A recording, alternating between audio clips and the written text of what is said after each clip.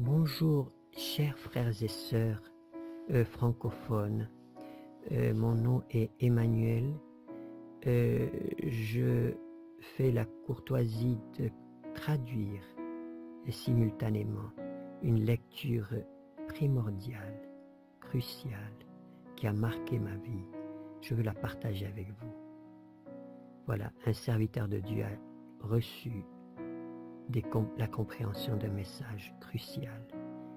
Il a étudié, fait l'investigation et nous livre un matériel intéressant, primordial pour ta vie, pour ma vie. Ça a marqué ma vie. Je veux que ça marque ta vie pour la vie éternelle.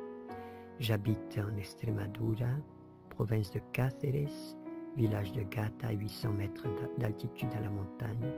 Je fais une œuvre d'avancée sur les petits villages des alentours, dans toute l'Espagne, en Europe, par Internet. J'habite à 25 km du Portugal. Par la grâce de Dieu, je veux livrer un matériel vital pour ta vie, pour ma vie. Le Seigneur te bénisse, la paix de Dieu, shalom. Jésus est à la porte. Il reviendra très vite nous chercher et nous vivrons pour toujours avec lui dans le ciel, pendant 1000 ans et éternellement sur la terre renouvelée. Est-ce que nous comprenons bien la signification du fait de vivre avec lui éternellement? Est-ce que nous comprenons bien la transformation de notre caractère qui doit être fait en nous pour pouvoir demeurer devant un être saint comme le Seigneur Jésus? Comment devenir saint alors que nous tous, aussi bons, aussi gentils que nous puissions être, nous méritons par décret divin la mort temporelle, mais non seulement la mort temporelle, mais la mort éternelle. Toutes ces questions restent sans réponse pour les mortels que nous sommes, puisque le salut de l'être humain pécheur, c'est une impossibilité humaine. Malgré tout, la parole de Dieu nous dit. Les disciples ayant écouté cela sont restés bouche bée et ils ont dit, « Mais qui peut être sauvé ?»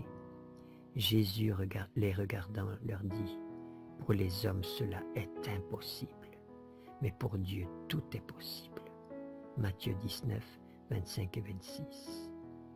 Nous pouvons, malgré notre incapacité, nous pouvons échapper de la mort éternelle, confier en notre Seigneur, puisque cette impossibilité humaine est devenue une possibilité divine, parce qu'un pacte de paix fut prévu bien avant que le péché de la race humaine existât, et en prévoyant la chute de la race humaine.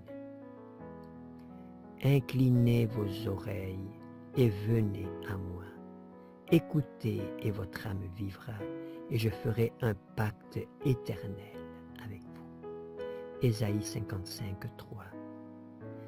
Demandez au sujet de Sion, tournez votre face vers ici, regardez, et dites, venez, rassemblons-nous à l'Éternel avec un pacte éternel,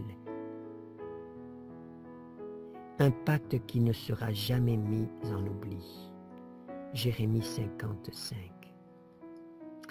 Alors, il dit aux anges qu'un moyen avait été trouvé pour sauver l'homme perdu, que Jésus avait été avec son Père pour intercéder.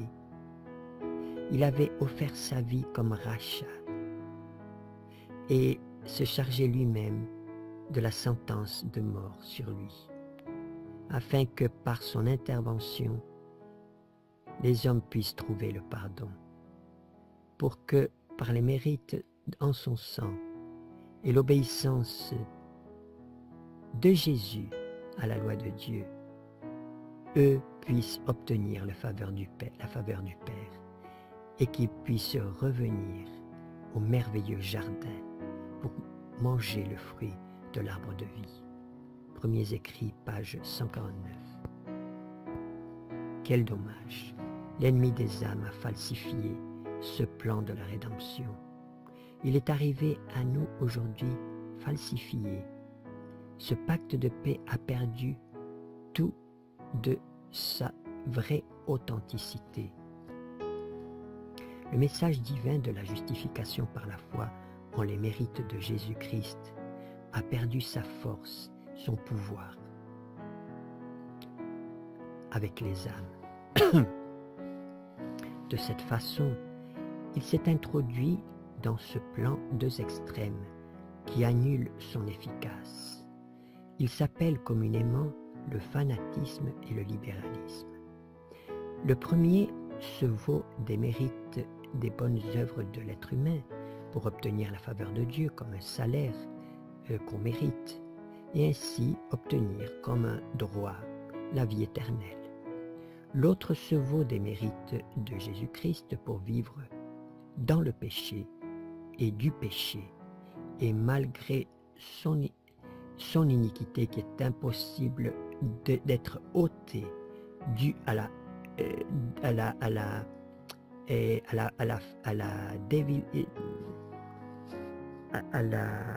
l'impossibilité ou la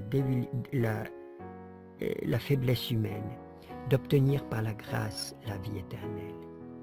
Celui-ci croit qu'il est sauvé dans son péché et non pas du péché. De cette forme, le christianisme authentique a disparu et a été remplacé par de multiples falsifications. Il a remplacé par de multiples falsifications le message de la justification par la foi. Le peuple de Dieu que nous représentons ici sur la terre doit annoncer, selon la plume inspirée, le fort clameur du troisième ange qui commença lors de l'œuvre de 1888 à Minneapolis lorsque les pasteurs Wagoner et Jones ont présenté le message de la justification par la foi dans la conférence générale de cette même année. La question que nous devons nous poser maintenant, avant d'aller plus loin, c'est qu'est-ce que le message du troisième ange? Tout bon adventiste peut répondre, presque sans trop réfléchir, que c'est la proclamation au monde du quatrième commandement de la loi de Dieu qui enferme dans son sein le sceau du Dieu vivant. Cette compréhension est correcte, mais cela ne reste seulement qu'un aspect de la signification du troisième message angélique, puisqu'il présente au monde la loi de Dieu et son immutabilité et l'obligation pour l'homme que l'homme doit à la loi. Si nous maintenons ici, si nous en restons ici dans notre évangélisation à toute tribu, peuple, langue, nous serons justement, avec justice, accusés de légalistes, puisque notre message, présenté uniquement sous cet aspect, restera incomplet. La servante du Seigneur nous indique clairement quel doit être le contenu de notre message pour que nous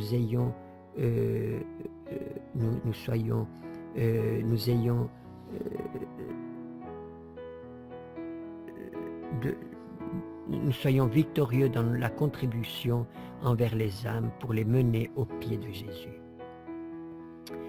Beaucoup m'ont demandé par écrit pour savoir si le message de la justification par la foi est vraiment le message du troisième ange. J'ai répondu, vraiment, c'est le message du troisième ange. The Review and Herald, le 1er avril 1890, Message choisi, volume 1, page 437 en espagnol et en français, page 372 en anglais. Dans sa grande miséricorde, le Seigneur envoya un précieux message à son peuple par les pasteurs Waggoner et Jones. Ce message présentait d'une forme plus détaillée, plus spéciale devant le monde, notre sublime Sauveur et son sacrifice pour le monde entier. Il présentait la justice par la foi en Christ garant. Il invitait le monde à recevoir la justice de Christ qui se manifeste dans l'obéissance à tous les commandements de Dieu. Beaucoup avaient perdu de vue Jésus. Il était nécessaire de tourner le regard vers sa divine personne, vers ses mérites, son amour infini pour la famille humaine. Tout le pouvoir repose dans ses mains, de façon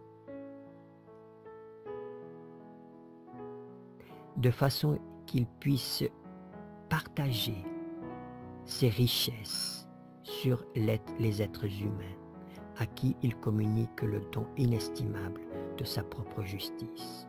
Ce message que Dieu nous demande de communiquer au monde est le message du troisième ange, qui doit être proclamé comme un très fort clameur et être accompagné de l'abondante répartition de l'Esprit Saint. Excusez-moi si mes mots ne sont pas traduits littéralement. Il me manque quelques expressions, puisque mon français a été un petit peu oublié pendant des années. Témoignage pour les ministres, pages 91 et 92. Le but de notre étude à présent, c'est de chercher les vérités qui se trouvent autour et dans le message de la justice de Christ. Ainsi, et avec l'aide de l'Esprit Saint, nous resterons bien équilibrés dans nos vies, et notre message ainsi présenté touchera le cœur de celui qui l'écoutera. Si, par la grâce de Christ, son peuple change de direction, Dieu nous donnera de nouvelles vérités. Beaucoup d'anciennes ruines seront restaurées et placées sur la structure de la vérité. Où n'importe où les ouvriers iront, ils seront victorieux. Comme ambassadeurs de Christ, ils doivent étudier les Écritures, cherchant les vérités cachées sous le manteau de l'erreur. Toute lumière reçue doit être communiquée à d'autres.